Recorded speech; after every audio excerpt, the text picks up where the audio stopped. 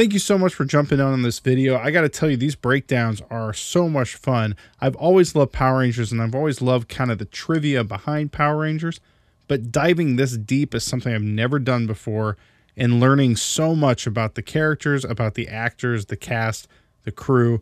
It is so much fun, so I hope that you enjoy it.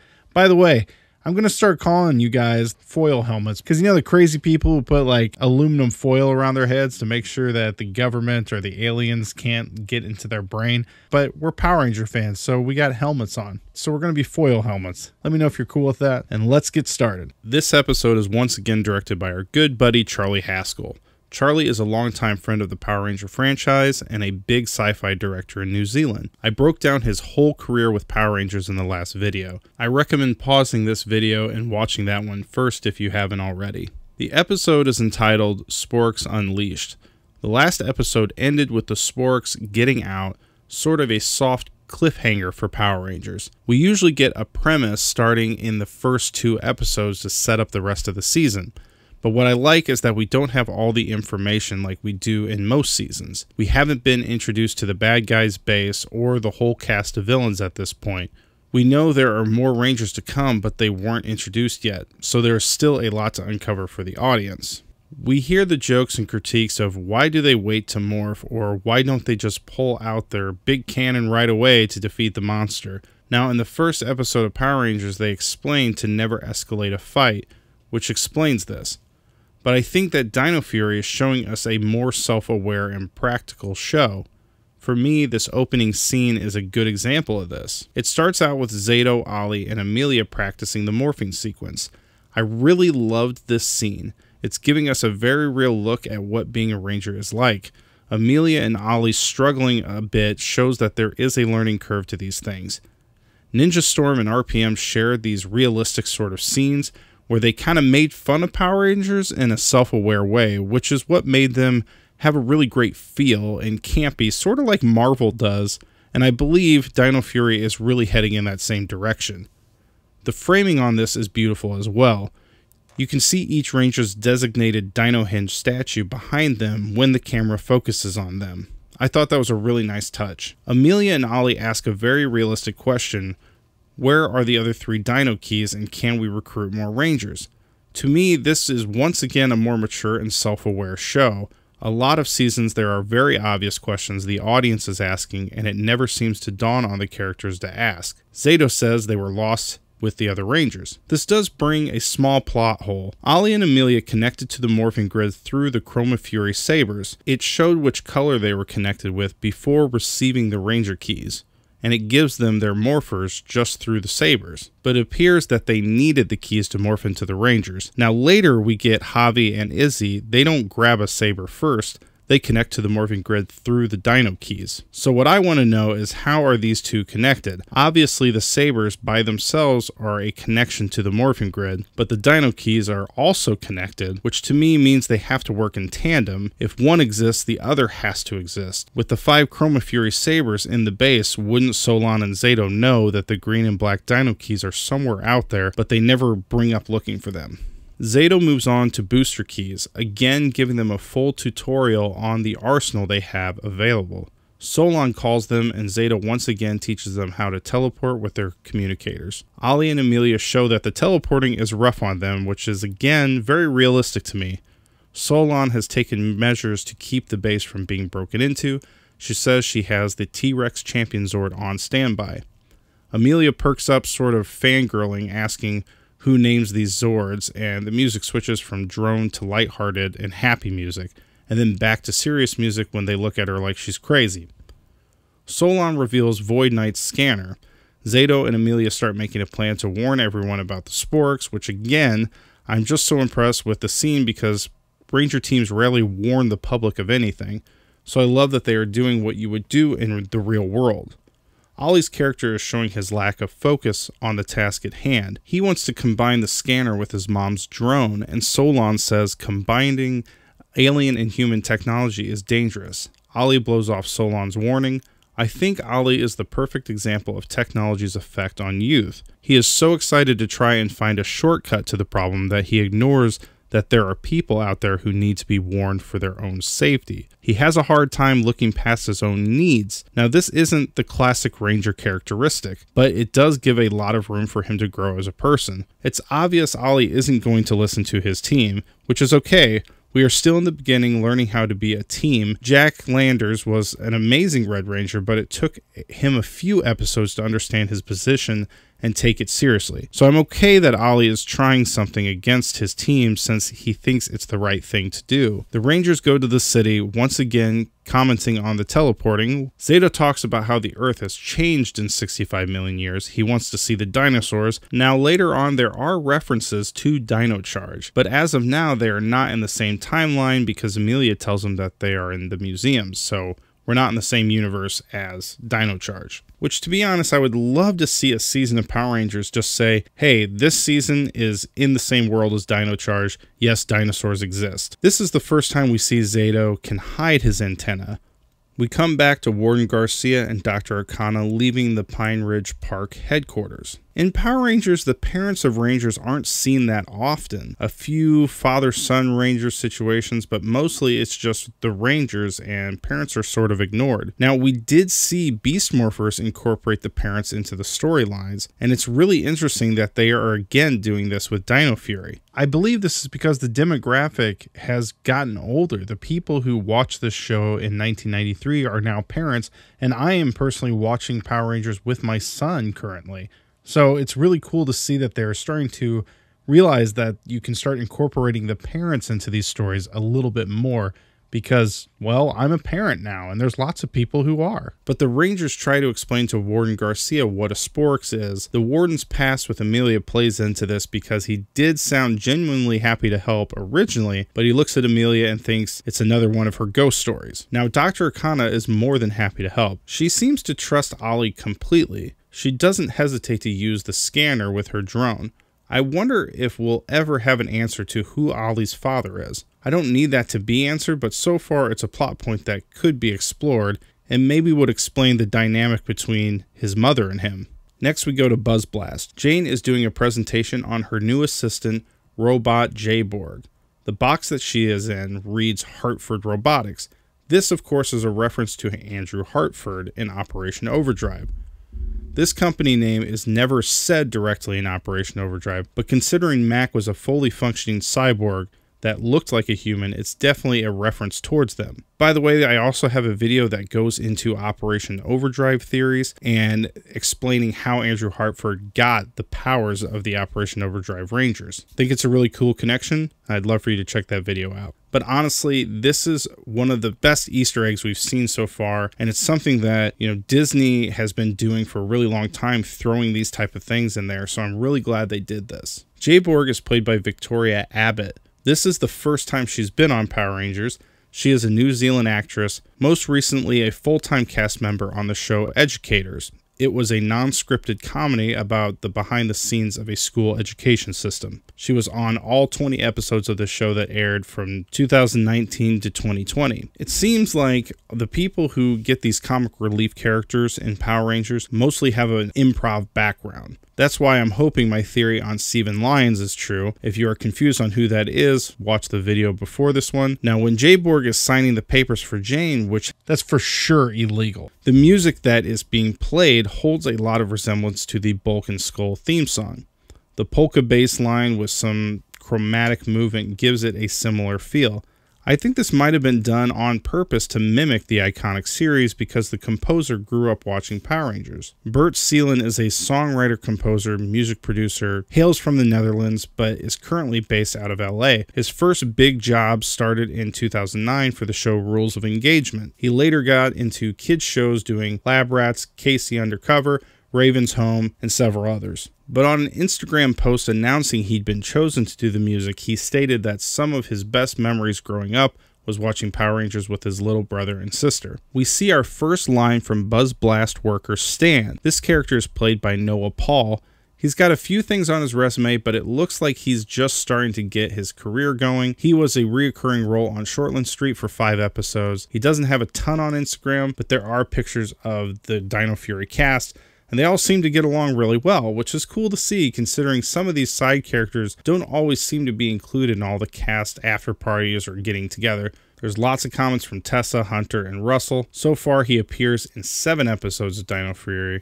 We'll see if he comes back for season 2. So they go to Jane and start to try and explain the Sporix, but Annie runs up and shows them a video from a follower on Pine Ridge Water Dam. Annie is another character as Buzz Blast that reoccurs. She is played by Benny Joy Smith. This is her first major role acting gig outside of theater. Dino Fury is the only thing on her IMDb page, but she has been an active theater actress. She studied at Unitec in New Zealand. She worked at the Tim Bray Theater Company, which is a theater putting on large productions for kids. I would like to know if her and Kira Josephson discussed doing theater for children, because Kira was in a traveling show of Schoolhouse Rock, which actually toured around Southern Illinois, which isn't too crazy far from me, but we see the character Annie in 7 episodes this season. We see our first sighting of Mucus, but Zato says we need to figure out where that video came from, and it says right there on the sign, Pine Ridge Water Dam, like it's right there in the video. I don't know why they're acting like this is a mystery. Void Knight appears with Shockhorn. Now, Shockhorn is voiced by actor Jamie Linehan. Jamie started out his career with Power Rangers back in 2004 with 1 episode of Power Rangers Dino Thunder. He did the Red Ranger's teen voice in the episode Lost and Found in Translation, which was the episode where they watched the Sentai counterpart. He did a show from 2003 to 2009 called Pulp Sports. It was a comedy sketch show that also did pranks between him and his friend who looks like a young Decker. But what is strange is after that show ended in 2009, he didn't do anything until 2017 when he returned to Power Rangers Ninja Steel. He voiced several monsters including Brax, Wolverine, and Game Goblin. He appeared in 8 episodes there. He's only done 1 episode of a kids show called Quimbo's Quest. Beast Morphers, he jumped up to being in 37 episodes as he primarily voiced Silver Ranger Steel. You know, he's a comedian to some degree being on this comedy show, but I couldn't find anything about him being a stand-up comedian or any idea of what he's really been doing for the almost 10 year split that he was not acting. They find out the base is now protected, and then Ollie and his mom come in, talking about hooking the scanner to the drone. Ollie gets called by Zato to go catch a Sporix. Once again, Dr. Akana is extremely supportive and trusting of her son. I wonder if they have been through some really dangerous situations together. Void Knight tells Shockhorn to go get the Sporix beast. We then shift to the 3 Rangers teleporting to the dam. Right in front of them, a sign reads Pine Ridge Water Dam, and it reads City Water Facilities. So this dam must be connected to the drinking water or purification of Pine Ridge's water source. And then it reads Hiking Tracks. Interesting. I'm assuming this is something in New Zealand. Does New Zealand call hiking trails hiking tracks? If you know, let me know in the comments, because I'm kind of wondering. And then the bottom left reads Pine Ridge Regional Park Facilities. I actually just watched the Beast Morphers episode where they have the Beast X King Zord.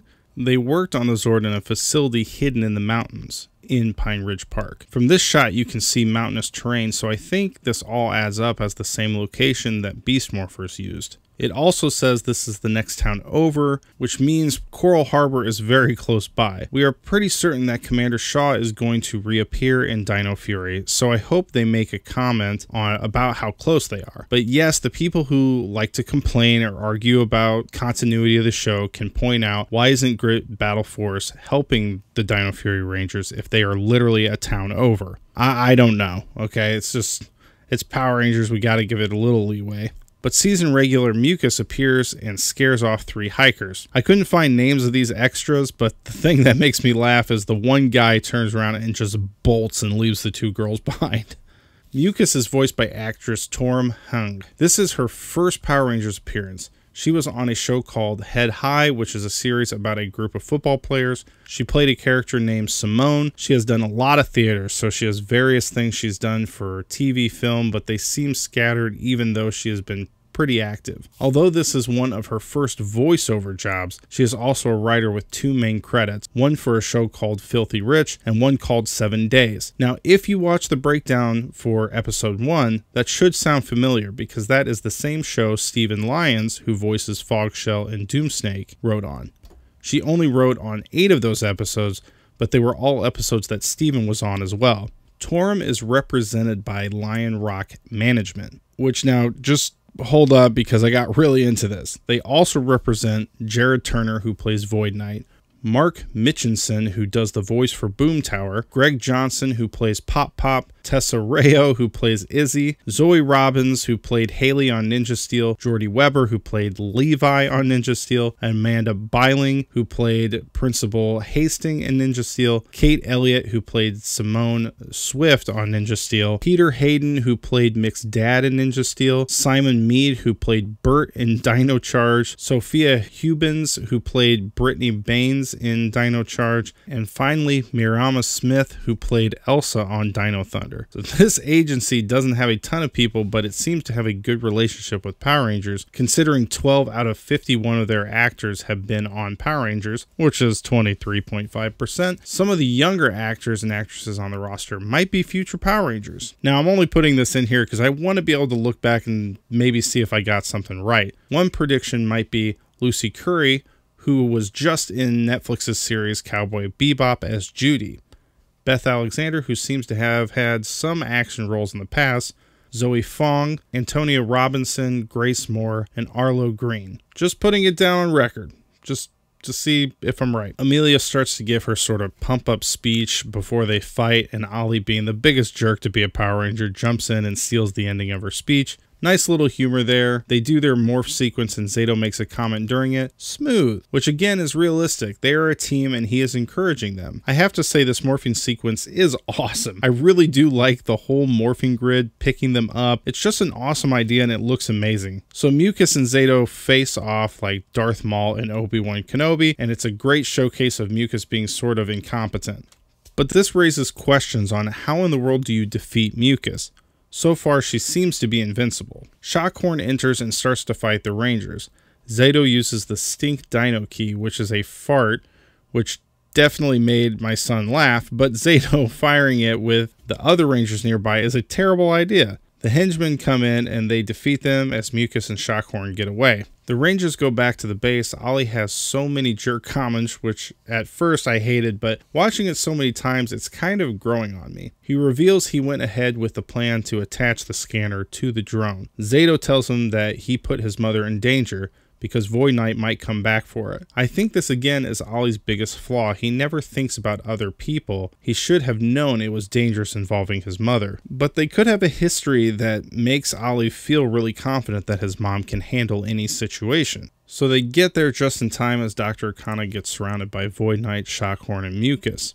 I have to say Dr. Akana can hold her own. She uses the drone as sort of a suicide mission to defeat Shockhorn, and it appears he's been destroyed. But in this scene, she calls them Power Rangers. This is the first time she sees them, so once again, this universe has had previous Rangers since she knows what to call them. Shockhorn isn't destroyed, he grows. Amelia and Ollie both use booster keys to try to slow him down. Now, in the past, there have been Ranger teams who try to face off a giant monster on their own without a Zord. But honestly, this is probably the first time I've ever seen a Ranger team actually have a fighting chance only using themselves and not Zords. I would love to see them utilize that more through the series. Zato calls the T-Rex champion Zord. When he enters the cockpit, he says, "Hello, old friend." This is a subtle detail, but it may mean that the T-Rex that he was riding in the flashback is indeed this Zord. When they were transformed into these statues, maybe their essence went into the Zords instead. We have seen other Ranger teams have relationships with their Zords, such as Lost Galaxy and Wild Force. I think Tommy may have made comments like this to his Dragon Zord and Tiger Zord, but not to the extent of the others. I like this because it makes the Zord more of a character in the show. I would love to see them connect with their Zords more in the second season. The warrior mode on this guy is extremely fast, and I'm not sure if there has been a previous Zord that is quite this fast, and it leaps over a railway like it's nothing. This, in my book, could make it one of the strongest Zords to date for that reason. The construction is also very different and original. It has a Lego, Mega Block look to it, which gives a crazy amount of options for this Zord. It can shift into so many forms. Later, Ion reveals he has made up his own formation, so it seems to me that this is one of the most versatile Zords in Ranger history. Zato defeats Shockhorn. We learn that the Sporix can't be destroyed. that they actually go back to being a Sporix but are more powerful than ever. So this is a very interesting monster or villain fraction we are facing. So far, they are invincible, and every war they would be defeated in only makes them stronger for the next time they are freed. So I wonder, in Season 2, are we going to find a way to destroy them completely? Maybe that is what Grid Battle Force comes in to do. Maybe that will be Commander Shaw's role in the show. Void Knight snatches up the Sporix, saying thank you for the help from the Rangers. This again is just more proof that Void Knight is just using these Sporix to gain power. So far, he hasn't attacked the Rangers. He went after Dr. Akana, but that was to get the scanner back to find the Sporix. So he hasn't instigated any fights so far. Back at the base, Ollie apologized for going against the team and realizes he put his mom in danger. This is Ollie's first moment of being vulnerable. Not over the top for Ollie either, so I think it was done really well. Zato then says we need to put a message out to the city. We shift to Buzz Blast as Zato is fully morphed doing a PSA about the Ranger hotline, which is honestly a good idea, and we've never really seen that established in the past seasons. Again, I think this is what would happen in the real world today. A very realistic solution to this situation. We see Warden Garcia behind him. There is another lady behind him, but I don't really know who she's supposed to be, and I can't find any character name for her or why she's back there. I'm going to see throughout the series if she keeps showing up at Buzz Blast. Maybe she is an employee there. I don't know. And we get a and cut from sweet little Annie.